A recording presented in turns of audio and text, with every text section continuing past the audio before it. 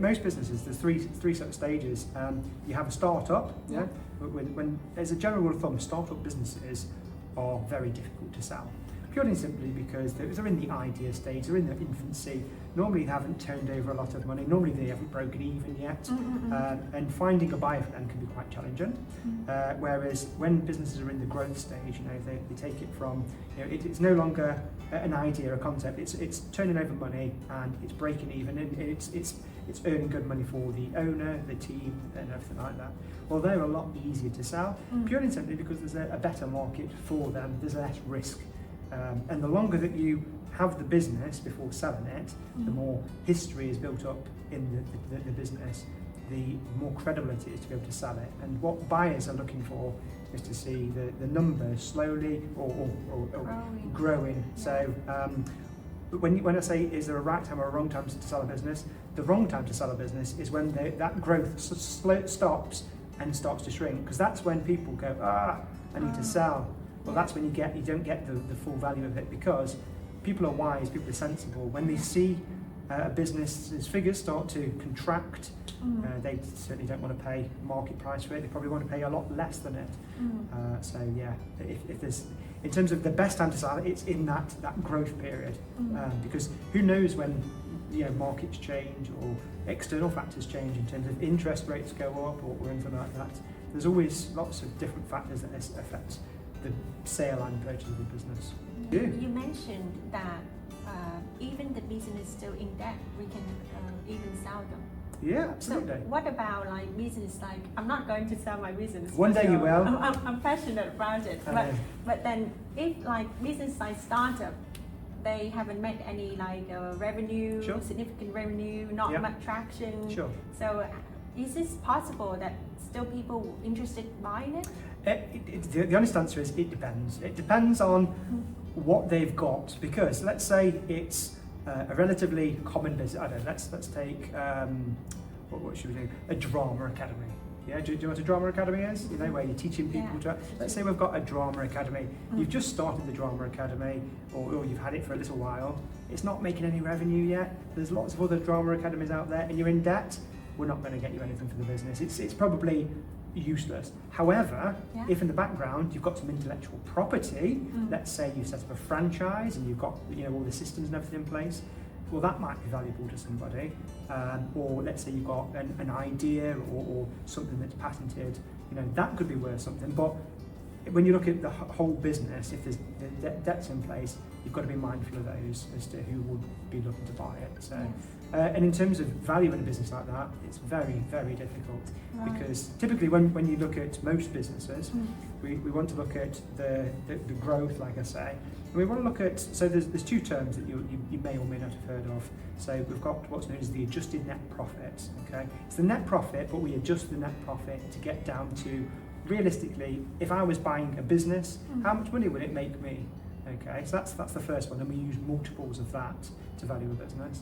Yes, EBITDA. Well, the second one is EBITDA. So that's the thing that you just mentioned is not EBITDA, because you said multiplier with the net profit. Yeah, so you've got the multiplier with the adjusted net profit. The adjusted net profit as the owner operator. Okay, let's say for instance you've got a limited company and you pay yourself £15,000 per year. Yeah.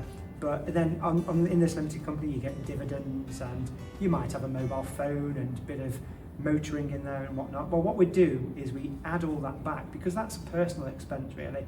A lot of people put in their business travelling to and from a place of work. Well, that's not a legitimate business expense, but it is a personal expense. So we take off the wages that you would pay yourself. We take off any personal expenses. We'd also take off anything, let's say you've just spent £10,000 on a new piece of equipment. We'd take that back off, because it all affects the cash flow of the business. And so what is the net profit for an owner operator? Okay. Now that is different to EBITDA. Now, so when we do that, it tends to be a lower multiple, because smaller businesses operate on lower multiples, but including the owner's earnings, what the owner would earn. Okay. Whereas a slightly bigger business, you would look at multiples of EBITDA. Okay, and that EBITDA is earnings before interest, taxation, depreciation, and amortization. Yeah, yes. you got it. And can you explain to our audience, like, what's the difference between depreciation and amortization? Yeah, amortization, fine. yes. The depreciation is when you write down, an accountant writes down the physical value of an item. So it could be, let's say you've just bought a load of furniture or a big piece of equipment, a vehicle or something like that. And what you can't do is you can't write down that expense right from day one. What you have to do is depreciate it over a number of years. So let's say you paid £10,000 for a business, for a piece of machinery. What you would do is, you've paid £10,000 today. In terms of your expenses, it would show, if it's what's known as flatline depreciation, as £2,500 this year, £2,500 next year, and for 4 years. Well, what that means is next year you've not spent anything, but the depreciation will still show as an expense, even though there's no physical cash transaction there. So that's depreciation. Amortization is the exact same, but for intangible assets. Like trademark and trademarks, copyrights, yes. Or if you've incorporated a business, there's the value for the goodwill, things like that get written down in a similar fashion, but it's more intangibles. Yeah, more intangible. But how can we value something intangible? It's very difficult to value something intangible. And often you need to dig down and understand what it is that's been written down in the first place, and whether or not it was valued correctly in the first place, because often we see when a business incorporates, it goes from, let's say, a sole trader into a limited company, a value is placed on the goodwill. Now, whether or not let's say it's done by an accountant, whether they valued it right in the first place, makes a difference, right? But same with depreciation. Let's say that I've seen it before where, let's say we've got property on the balance sheet. The property, they may have written down or kept static in terms of its value, but the actual market value might be considerably more than what's on the balance sheet. So it's important when you're looking at the asset values to compare and contrast it wherever possible to market data. And say, yes, we've got a property here, but what's it actually worth? Yes, we've got a piece of machinery or a vehicle, what's it actually worth? And often there is a discrepancy between the two.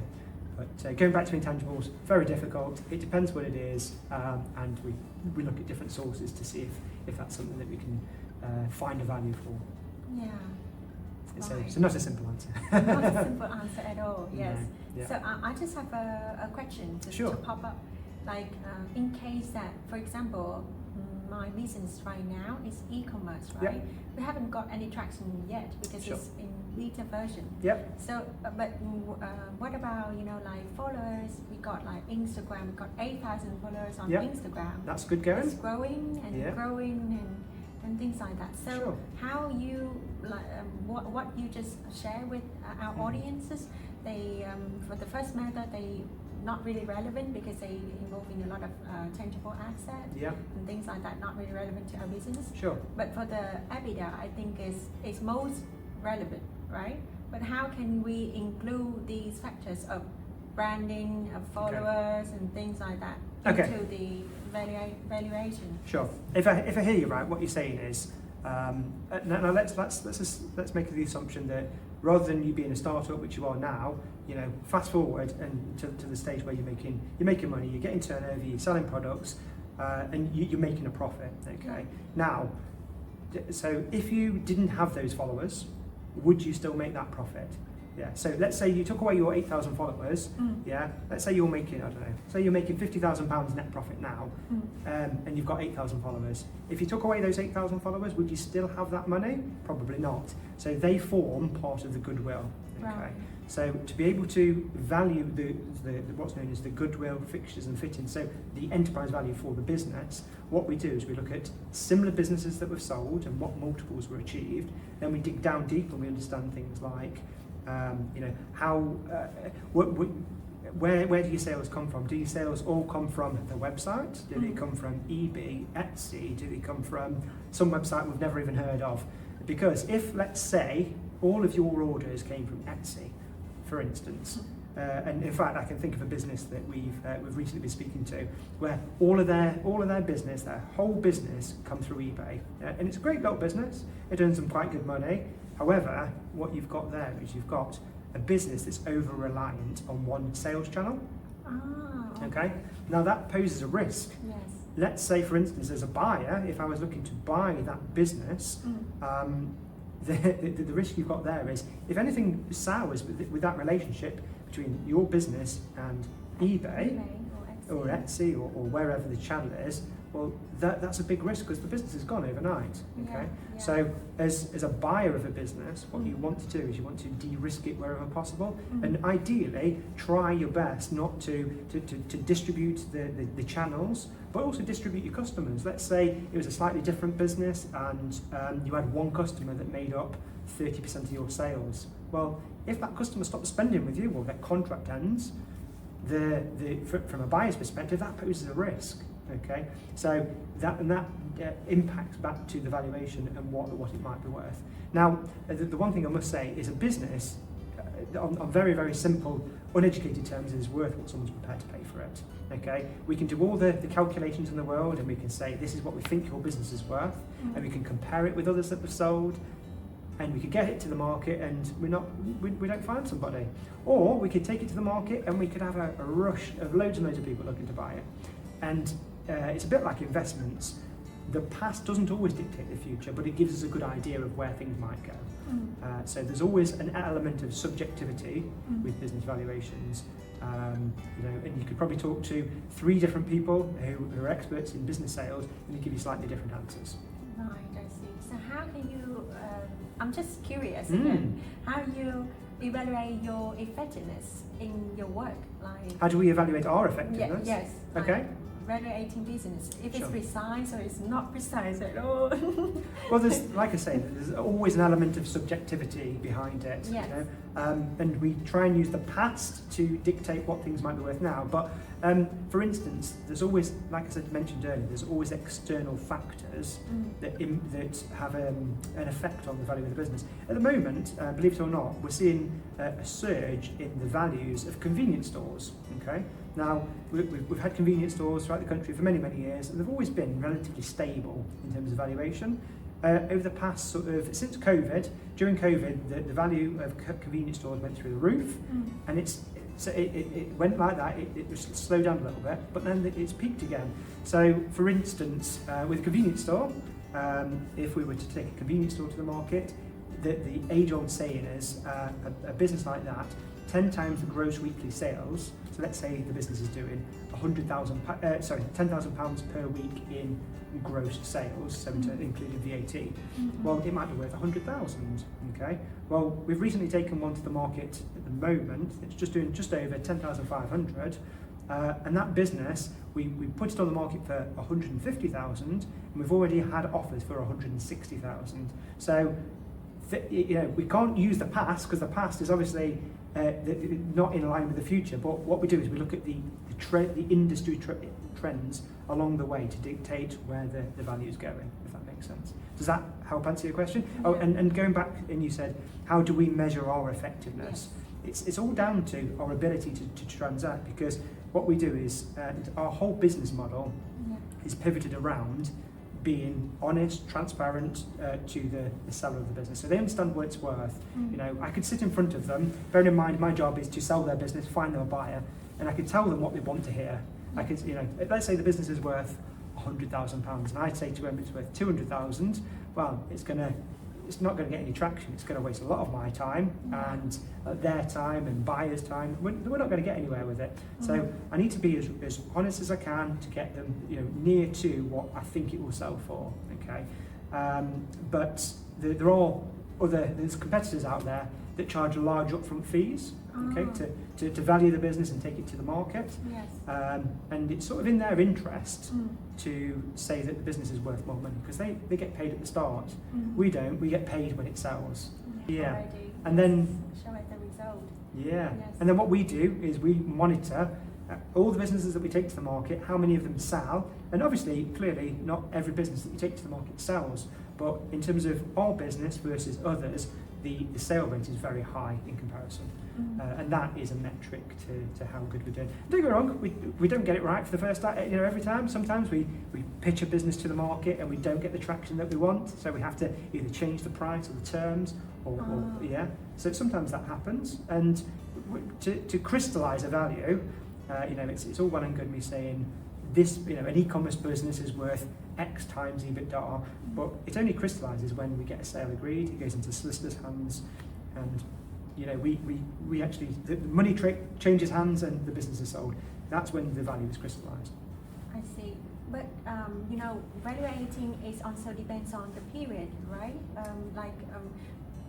You estimate, you value a business like in 5 years' time, it's going to be X multiplier with the EBITDA, something like that. Okay. So you have to wait to that X year to see the result? No. Okay. So if I hear you right, what you're saying is, let's say in 5 years' time, it would be worth a higher multiple. Is that what you're saying? Yeah. That definitely doesn't happen. No. So what happens is it's all tied. So it's all tied to the profit of the business. Okay. And the more profit it makes, the higher.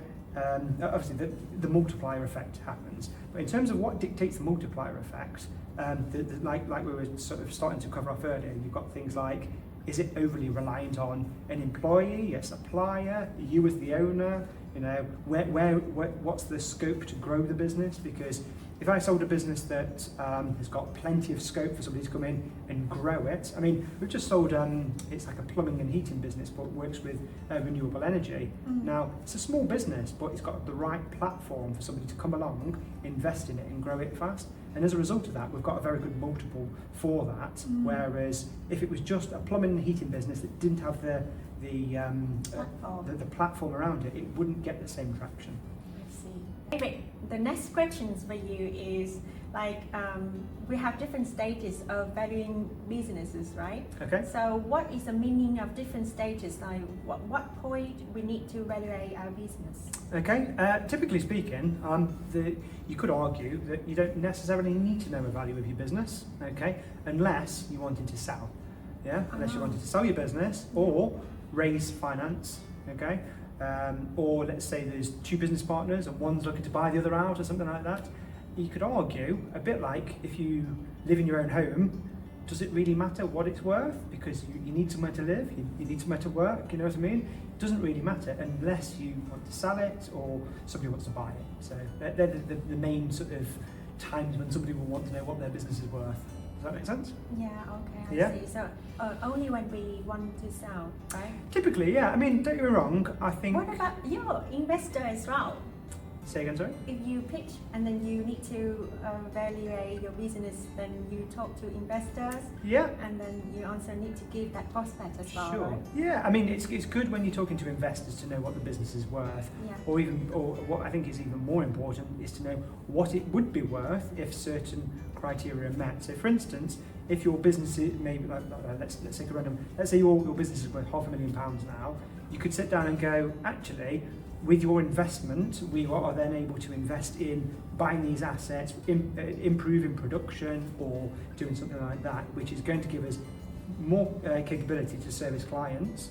And in respect of servicing those clients, the business its EBITDA will increase, and the effect that will have on the valuation will look like so. So being able, and it obviously depends on what type of investor. So if it's just somebody lending money, yes, they want to know, what are we lending against? More importantly, if I had some money and I was going to lend you to invest in your business, I'd want to know, can your business afford to pay me back my money and the interest over a period of time? So not necessarily you need to know the value of the business, but if you are raising money and you're giving away equity, then yes, it would make sense to have an idea of what it's worth. Yeah, okay, I see. Yeah? Right. Okay, so David, one more question before we come into the very final question. Right, I'm just very curious, like how you're gonna find the potential clients that interested in the business that you want to sell? Like what target clients of yours? Okay, so EMF, what we do is we sell businesses from lots of different sectors. You know, we don't just focus on one specific sector. So we don't just focus on retail business or manufacturing businesses. It's a cross-sector selling business. And what we do is it depends on the type of business. So for instance, let's say I get a phone call from somebody who's looking to sell a coffee shop. It could be a little coffee shop that's been going for a number of years. In terms of where we would advertise that, we would put it out to the general market. So EMF has been going for over 60 years now. We've got a very good database of people. 60, yes. My God. Yeah, our 60th year anniversary was last year in 2013, and we had a big celebration. We went down to Devon and we hired out this big hotel. It was lovely. It was very nice. Yeah. So cool. Congratulations. Thank you. I'm not 60. But yeah. So we've been going a long time.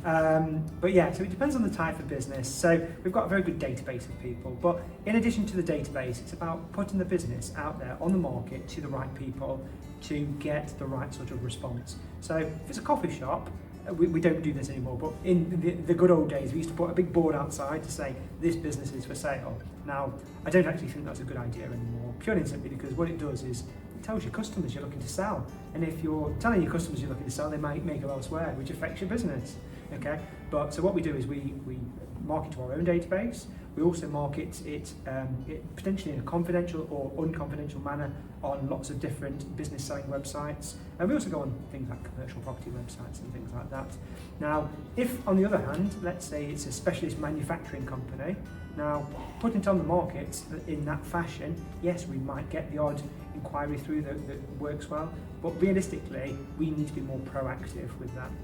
So it's then about us understanding the business, understanding its competitors, its supply chain, anyone who that business would work for. So let's say, for instance, it was a manufacturing company that made, I don't know, chairs, let's say, okay? Now, what we could do is we could look at other furniture suppliers and directly approach them and say, we've got a business that we're taking to the market, we think you may be interested.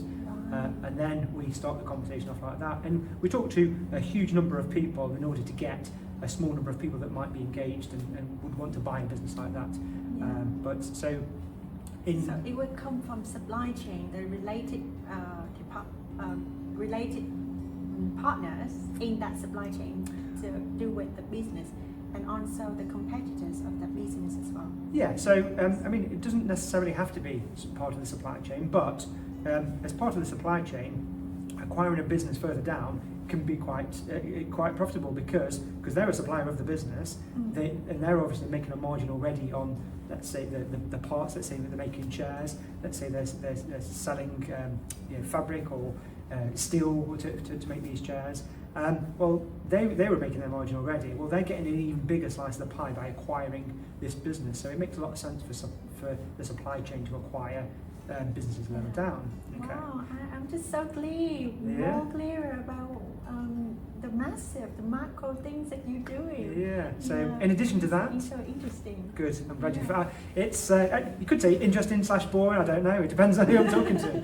If I'm boring you after 5 pints, then it might be a different story. But yeah. So the other thing is competitors. Yeah. Let's say let's go back to the coffee shop. Yeah. No, that's probably not a good example. Let's go back to the manufacturing business. Yeah. Let's say there's 5 manufacturers of chairs throughout the UK, a certain style of chair. Well, those 5 people make up the total market share of that industry.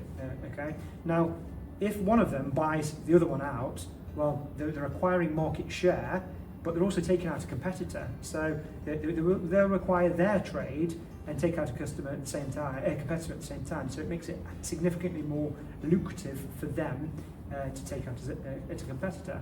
And there could be some intellectual property behind there that they want to acquire. We recently, it was an oil and lubricants company, and they did that. It's a relatively small industry, but we made an approach to another business they weren't even on the market, but they'd identified them and said, we really want to buy this business. made an approach, we got things underway, and eventually we eventually got them to, we agreed price, terms and all the rest of it, and they bought it. Took out a competitor and got a really good business from day one that bolted on really nicely with what they do already. So, so yeah, they're two examples. Yes, thank you so much. No problem. Sorry, I missed some questions, very much important question before the final question, sorry. So it's not the final one. Okay, go on then. Okay, so regarding my business, like e-commerce business, sure. Software development, yeah. right? So what factors that should be included when we do evaluating business? In terms of what? Sorry, I don't understand the question. Evaluating the business. Yeah. Okay. When you're valuing the business from a software perspective. Yeah. What e-commerce software. Yeah. Like my business at the moment. Yes. Yeah. Okay. So are you saying what impact does the software have on? Okay. Software and also like the traction we're talking about, right? And then how we elaborate on that. Like you also mentioned something about lifetime customer value. Lifetime customer value. Yeah, yes, sure. And the cost of acquiring customers. Cost of acquisition. Yeah. Okay. Cost of customer acquisition. Is that what you're referring to? Yeah. So you mentioned software. I appreciate your framing this with regards to e-commerce, but just get a bit more specific on your question so I understand. So software is that we are developing the platform. Okay. So this is what I'm trying to clarify on the business. Yeah. So if you've created some bespoke software as a platform to be able to sell other people's products as yours does, well, that in itself is obviously. So what you need to look at when it comes to valuing a business is just like the realization. So if there's a barrier to entry, it makes it harder. So let's say, I'm going to take it just for a moment. I'll take it away from e-commerce and we'll bring it back. So let's say, for instance, I'm now selling a hairdressing salon. Yeah. Let's say we've got this unit here. This is hairdressers. 5 people work there. They're cutting hair all day long. And next door, there's an empty commercial unit, an empty shop. Yeah. Would someone buy that business and pay good money for it when they could rent the shop next door, put some mirrors on the wall, put a few seats in, and potentially gain some clients from that perspective? Now, there's what that means is the value of the business for sale. This one is going to be worth considerably less because the barrier to entry is so low. You know, people can get into that business very easy. Yeah. It doesn't cost. You could spend $4,000 and kit out a whole hairdressing salon, and it costs very little.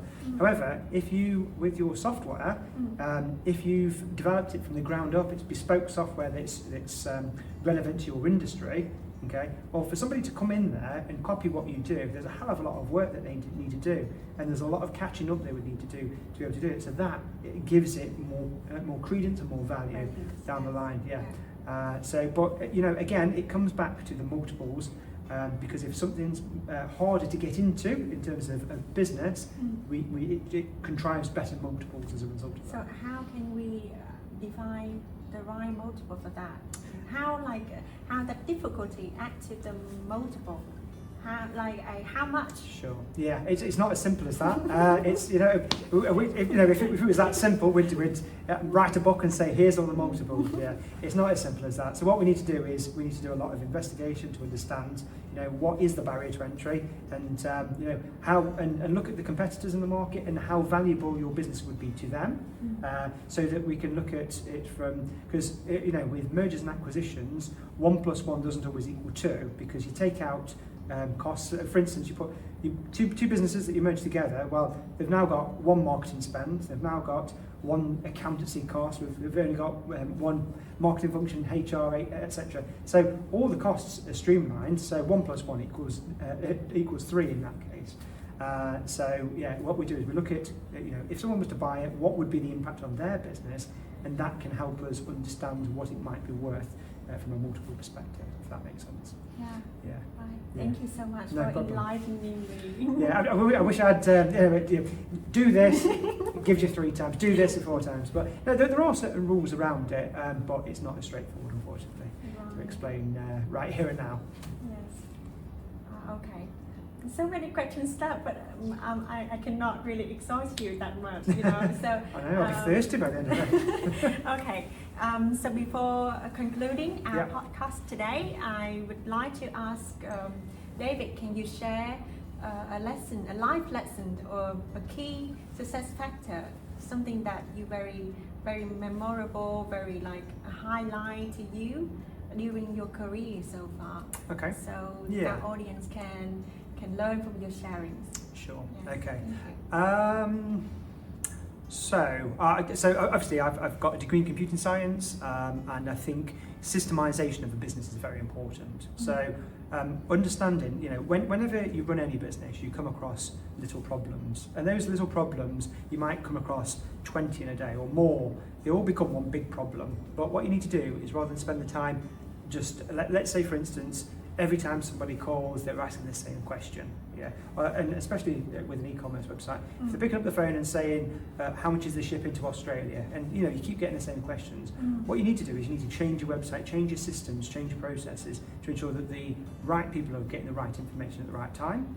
Okay, so that small bit, that little bit of work might take you 15 minutes. Yes, save a lot of time. But it was the compounding interest on that, those little changes make a big difference. And all the businesses that I've started and grown, the reason that they've grown, the reason that EMF has grown the way it has, is because I've put in the systems, the processes and the procedure every time we get an issue or something that needs addressing, rather than just doing it, whatever that is, you know, speaking for 20 minutes on the phone to somebody and explaining about something. We'll write an article, we'll do something that excuse me, systemizes it, which leaves you more free time to do more creative things to bring more income into the business and develop the business even further.